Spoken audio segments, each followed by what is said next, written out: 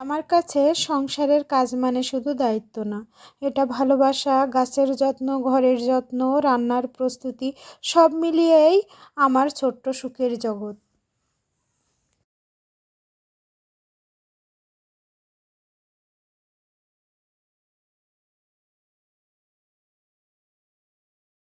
Hello everyone, নিঝুম সন্ধ্যায় আপনাদের সবাইকে স্বাগতম। কাছে এবং দূরের যে যেখান থেকে আমার ভিডিওটা দেখছেন, আশা করি সবাই সুস্থ আছেন, ভালো আছেন। আমরাও ভালো আছি। সকালে কাজের শুরুটা করলাম আজ গাছগুলো জল দিতে দিতে। প্রতিদিন গাছে জল দেওয়ার সময় মনে হয় যেন নিজের মনের ভিতরেও একটু শান্তি ঢেলে দিচ্ছি আমি। সবুজ পাতাগুলো যখন ভিজে ওঠে তখন মনটাও ফ্রেশ হয়ে যায়।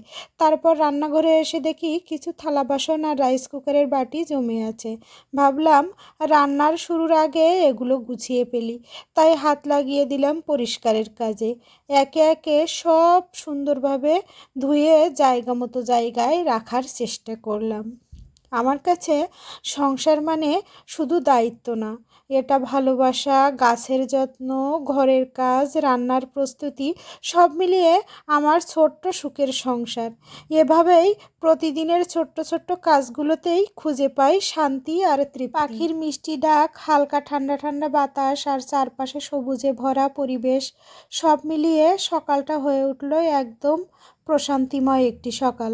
প্রকৃতির এই ছোট্ট ছোট্ট মুহূর্তগুলোই তো মনকে ভালো রাখে, দিনটাকে করে তোলে আরো নরম আলোয়। আমার হাজব্যান্ড বেরিয়ে গেলেন বাজারের উদ্দেশ্যে। সংসারের কিছু প্রয়োজনীয় জিনিস শেষ হয়ে গিয়েছিল, তাই নিজের দায়িত্ববোধ আর যত্ন নিয়ে সব কিছু কিনে নিয়ে এলেন। বাজারের ব্যাগ খুলতেই একরাশ টাটকা ঘ্রাণে ভরা 2 রকমের শুকনা মরিচ, তারপরে পেঁয়াজ, আদা, রসুন, কাঁচামরিচ আর নানা রকম সবজি। আমি সব সময় চেষ্টা করি হাজবেন্ডের আনা জিনিসগুলো যত্ন করে গুছিয়ে রাখতে, কারণ আমার কাছে শুধু বাজার না এটা, এর মধ্যে থাকে তার পরিশ্রম আর ভালোবাসা। প্রথমেই কাঁচামরিচগুলো বোটা ভেঙে সুন্দর করে একটি বক্সে ভরে রেখেছি, যাতে ফ্রিজে রাখলে বেশি দিন টাটকা থাকে। তারপরে শুকনো মরিচের বোটাগুলো আলাদা আর একটি কৌটাতে তুলে রাখবো, তার জন্য এখন বোটাগুলো ছাড়াতে বসেছি। পেঁয়াজ আর রসুনগুলো পরিষ্কার করে শুকনো জায়গায় তুলে রাখলাম যাতে নষ্ট না হয়। আলাদা করে গুছিয়ে দিলাম আলাদা একটা বক্সে। এরপর সবজিগুলো ধীরে ধীরে বেছে ধুয়ে কেটে নিলাম, ছোট্ট ছোট্ট করে কেটে আলাদা করে বক্সে ফ্রিজে সাজিয়ে রাখলাম। এতে রান্নার সময় অনেক সুবিধা হয়, সময়ও বাঁচে। সংসারের কাজ গুছিয়ে করলে মনটা কেমন যেন হালকা লাগে। আমার কাছে সংসার মানে শুধু রান্না বান্না বা কাজ নয়, এটা ভালোবাসা, দায়িত্ব আর দুজনেই একসাথে পথ চলার গল্প। হাজবেন্ড বাজার করে আনেন আর আমি যত্ন সহকারে সেগুলো গুছিয়ে রাখি। এই ছোট্ট ছোট্ট কাজের মাঝেই লুকিয়ে থাকে আমাদের সুখের মুহূর্তগুলো।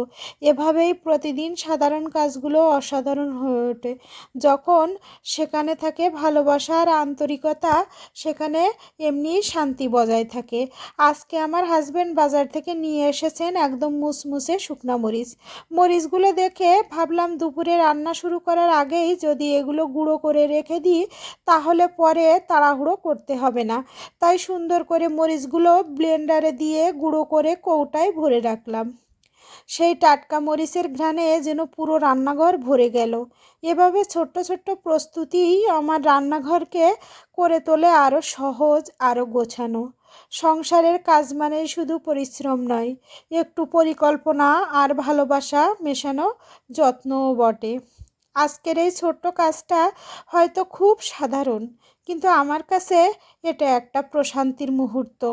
সকাল থেকেই ঘরের সব কাজ গুছিয়ে রেখেছি, কারণ আজ আমার বাসায় আসবে আমার কিছু কাছের মানুষ। তাদের জন্য অল্প পরিসরে হলেও মন থেকে কিছু রান্না করার আয়োজন করেছি। রান্নার প্রথম পদ হিসেবে শুরু করেছি সবার প্রিয় ডিমের ভুনা। সহজ হলেও স্বাদে ভরপুর পদটা গরম ভাতের সাথে যেন একেবারে জমে যায়। ভালোবাসা আর যত্ন মিশিয়ে রান্না করলে সাধারণ ডিমও হয়ে ওঠে বিশেষ। আজকের রান্নায় থাকবে সেই আন্তরিকতার ছোঁয়া, ডিমের ভুনা। আপনারা কে কে ডিমের ভুনা খেতে পছন্দ করেন অবশ্যই জানাতে ভুলবেন না। প্রথমে ডিমগুলো সিদ্ধ করে খোসা ছাড়িয়ে হালকা করে ভেজে নিয়েছি।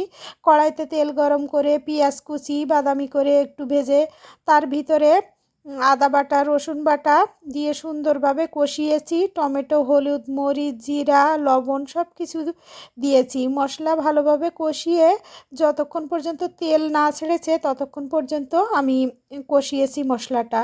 এবার এই মশলার ভিতরে ভালোভাবে আমি ডিমগুলো দিয়ে আর একটু কষিয়ে সামান্য জলও দিয়ে দিয়েছি। শেষে গরম মশলা, কাঁচামরিচ দিয়ে নামিয়ে নিয়েছি এই ডিমের রান্নাটা। আর এভাবে করে আমার কাছে ডিম রান্না করলে অনেক মজা লাগে। আপনারা কে কীভাবে ডিম রান্না করেন অবশ্যই কমেন্টে জানাতে ভুলবেন না।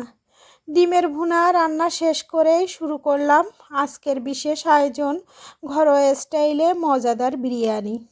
রান্নাঘর জুড়ে তখন টক দই, কাঁচামরিচ, পেঁয়াজ, রসুন, আদা, গরম মশলার দারুণ ঘ্রাণ।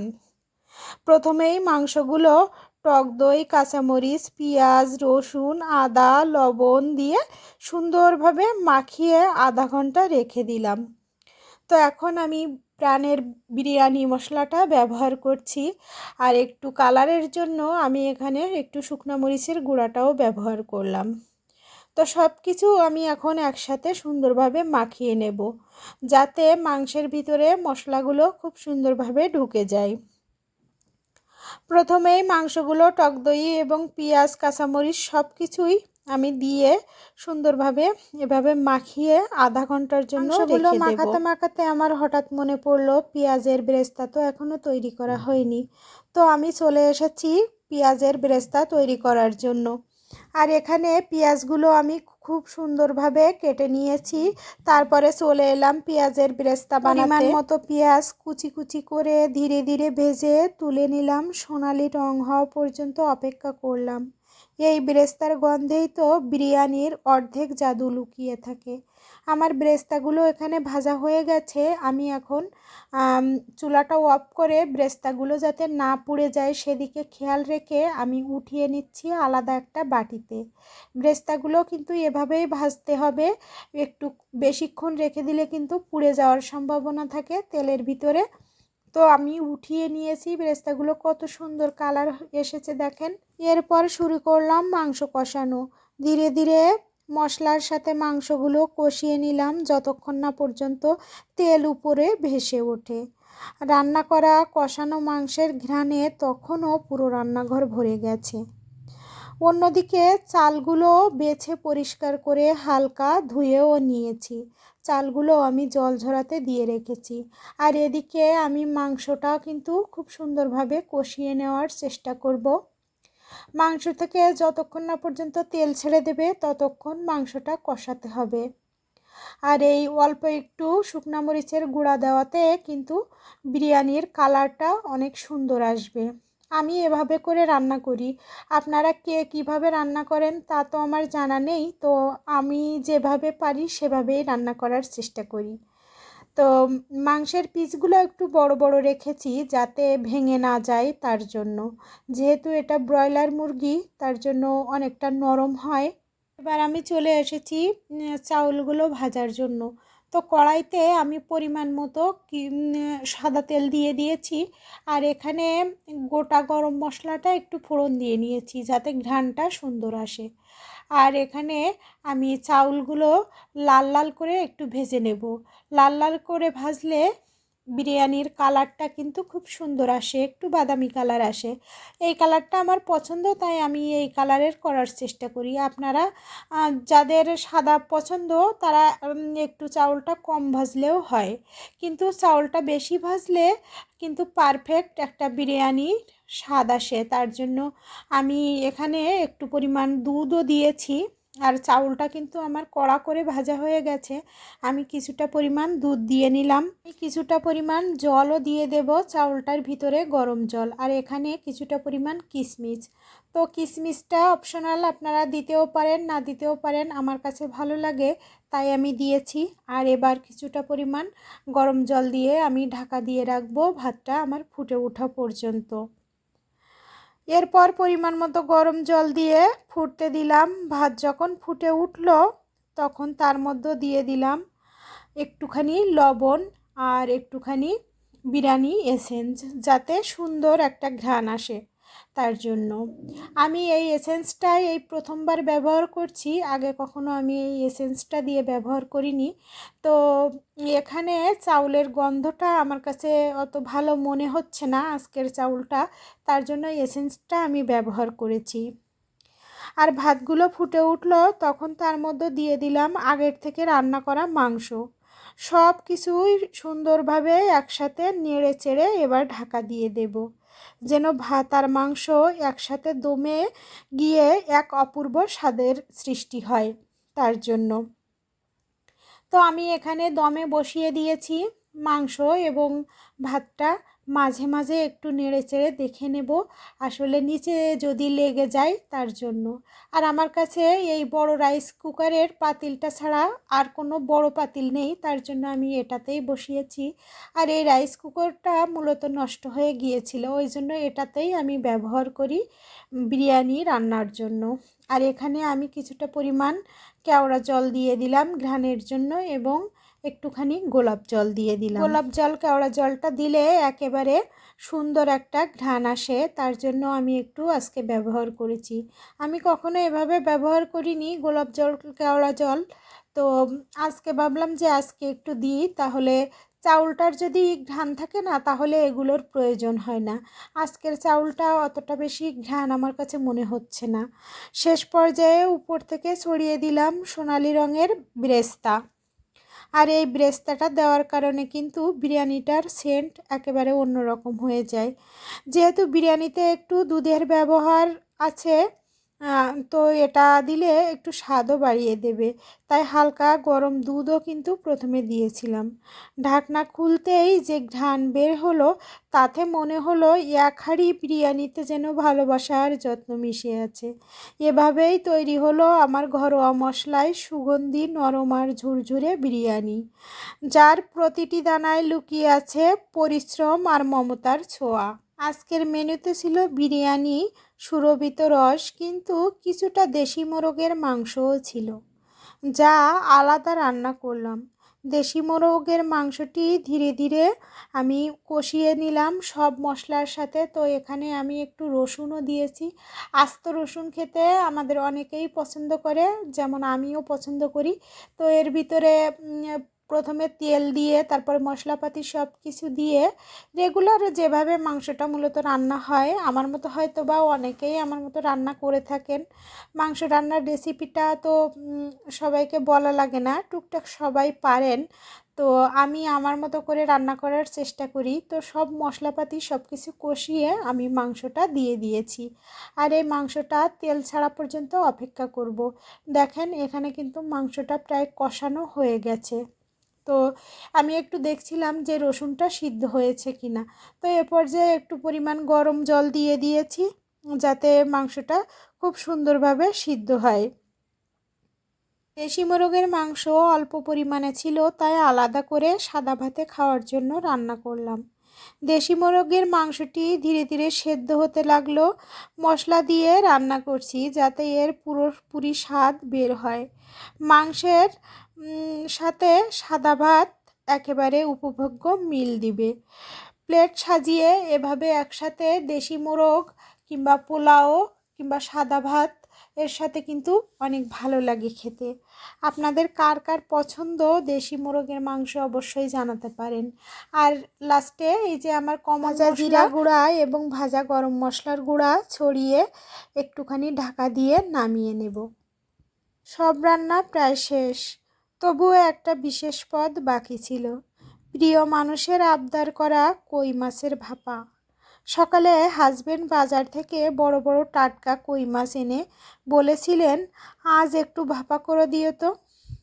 আমি তাই যত্ন করে কই মাছগুলো পরিষ্কার করে টুকরো টুকরো করে নিয়েছি।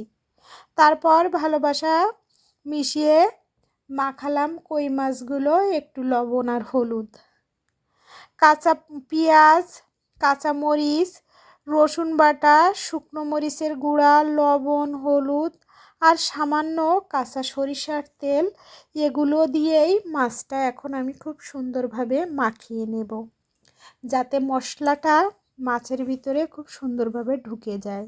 সব মশলা মেখে মাছগুলো ভাতের ভিতরে দিয়ে দেব, যাতে ভাতের ভাপে এই ভাপাটা তৈরি হয়। আমার অনেক পছন্দের একটা খাবার এটা, আর এটা আমার সবথেকে পছন্দের আমার মামির হাতের। আমি যখন মামার বাড়িতে ছিলাম, আমার মামি, আমরা যখন দুই বোন কলেজে যেতাম, আমার দিদি এবং আমি, বিশেষ তাড়াহুড়ায় এই আইটেমটা বেশিরভাগই আমাদের করে দিতেন।